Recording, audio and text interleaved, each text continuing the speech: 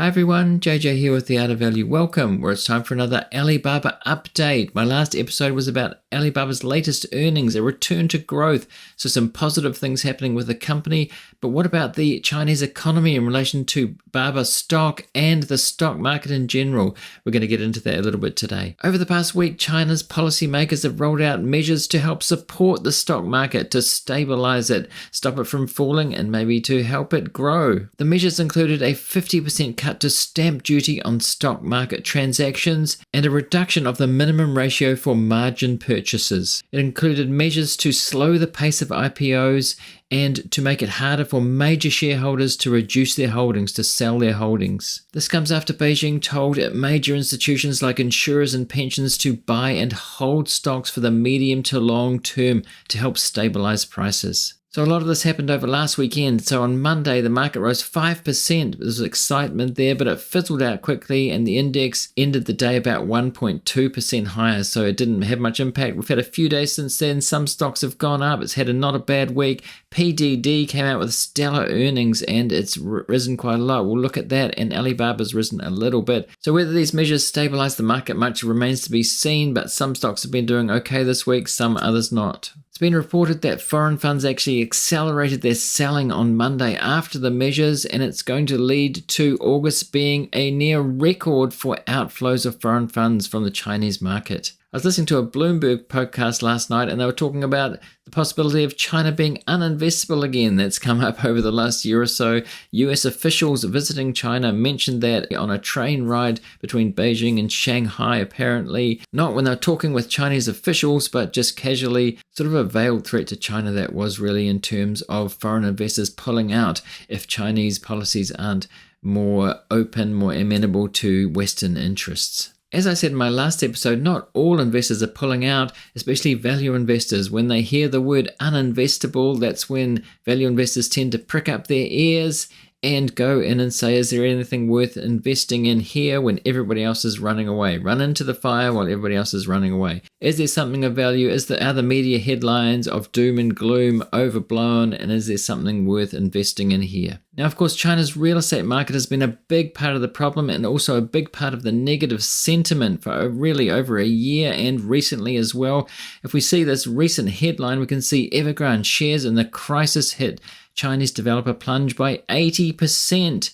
And that was this week. And it says shares in embattled Chinese property developer Evergrande have fallen almost 80% in their first day of trading in Hong Kong after a year and a half. So investors getting out immediately as that started trading, dropping 80%. Pretty much a disaster. And of course, that added to really bad sentiment after that happened. Really no confidence in the Chinese real estate market at the moment, especially Evergrande. And it goes on, the shares have lost more than 99% of their value in the past 3 years as Beijing cracked down on property firms. Evergrande is at the center of a real estate market crisis threatening the world's second largest economy. The company directors have taken a number of measures to improve the liquidity position and financial position of the group, Evergrande said in a filing to the Hong Kong Stock Exchange.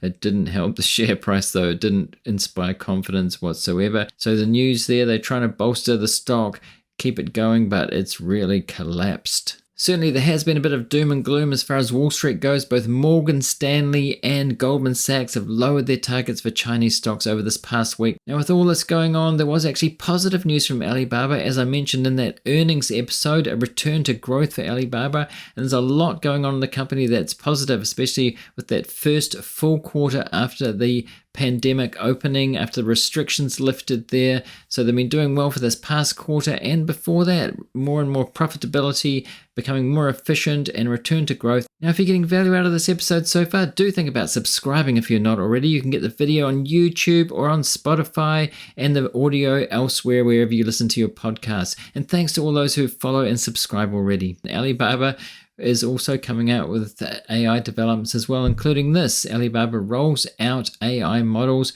with visual localization capabilities. The article says this: Chinese tech giant Alibaba launched 2 artificial intelligence models on Friday, that's last Friday, with visual localization capabilities that it says are capable of understanding images and carrying out more complex conversations as the competition to roll out more sophisticated AI tools heats up. Of course, the US companies are doing exactly the same thing. Google's got this capability, others do too. So these multimodal models that are coming up in China is the same. There's a lot going on with AI in China, although you don't really hear much about it in Western media, but there is a lot going on. And further to that, we have a headline like this, which says Alibaba Cloud launches open source models that understand images. I think it's significant that Alibaba Cloud is doing it. They're going to be spinning off into its own company, the cloud sector, which I've talked about in previous episodes. In their earnings, they've announced it's breaking into 6 segments, as 6 of its own companies with its own CEOs, its own boards. And so they are leading up to the launch of the cloud spin-off with things like this. Some positive news. It says Alibaba Cloud's large vision models can understand images and text input in Chinese and English. The move underscores Alibaba Cloud's efforts to develop multimodal capabilities for its LLMs, that's large language models, just like the Western companies are doing. Google has said that it's going to come out with Gemini soon, which is the next step up. It's probably going to be pretty good, a multimodal model. And they've talked it up quite a lot, and they've been working on it for a long time, so it wouldn't surprise me if this is very good. But Alibaba's doing things too, and other Chinese companies are as well. They obviously also want positive news for their cloud segment, which they are going to spin off, and it's one segment that is been disappointing. It's disappointing growth compared to the Western counterparts, which have been growing 20-30%, and Alibaba Cloud used to, but pretty much flat. The revenue growth has been really low. So can they get back to that revenue growth, which I talked about in that earnings episode as well? But it has been disappointing. So they'll be wanting to put a positive spin on it and some positive developments to get the cloud going and to get some growth in that sector for Chinese AI and Chinese cloud. Let's have a look specifically at Alibaba stock, what's been going on with this backdrop behind it. We can see this headline: Alibaba JD shares rise after China moves to boost capital markets. So that was the initial boost there after the measures were announced. It says US listed shares of Chinese e-commerce leaders Alibaba and JD.com reversed recent slide trends and surged Monday following moves from the government to bolster Chinese capital markets. Both Baba stock and JD stock climbed just under 3%. Now, as I speak on Thursday, Chinese daytime, the stock is pretty much flat, but over the last 5 days here, we can see that it's up 3.45%, so marginally up on 5 days. And zooming out a bit over the past month, we can see that Alibaba's down 8.33%.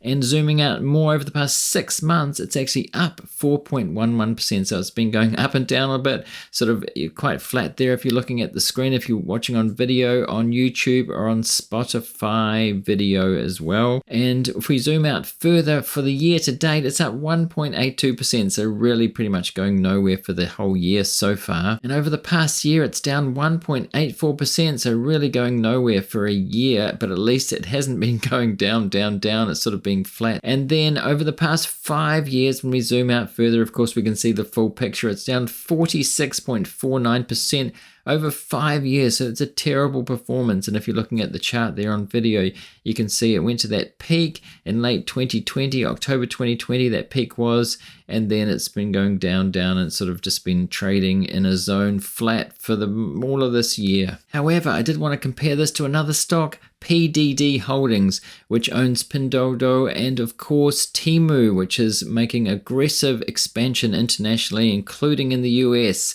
It will be interesting to see if that runs into regulatory trouble there or government trouble like TikTok did. We'll have to see what happens. But it came out with stellar earnings this week, and it's been doing well since then. So let's have a look at that stock in comparison to Alibaba. And they are competitive to Alibaba in some areas anyway. So it's interesting to see the difference in these two stocks. Today it was up 5.28%, which is pretty good for one day for a company this big. It's over $100 billion, over $120 billion at this point.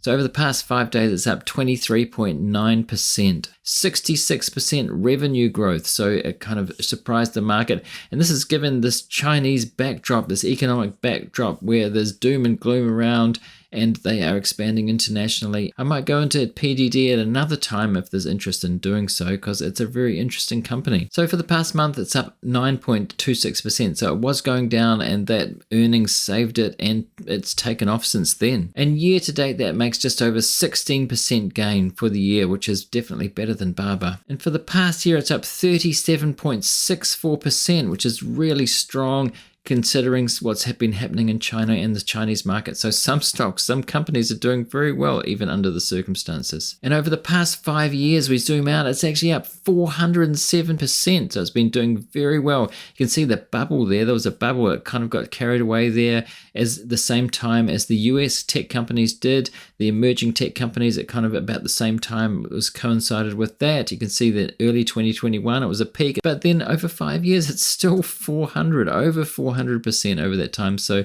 the company doing very well. This is one standout performance from China. As I said, I might do another episode on PDD at some point. I think it's a very interesting company. I think it's a scale economy shared company, similar to Amazon, say, or Costco. Nick Sleeps talked about that. It's his concept, scale economy shared, which I think this company exemplifies, or it looks like it is. They do have good margins and good return on invested capital, all the good stuff that we look for, yet the prices are incredibly cheap. So how's that happening? It'll be interesting to look at that. On YouTube, I'm going to put a link up here to that previous earnings update for Q2 2023. It goes through the 6 segments and the positive results. It had a return to growth, so go and see that if you haven't already. I'll put it in the description for those listening and watching elsewhere as well. And thanks for watching or listening, and I'll see you in the next one.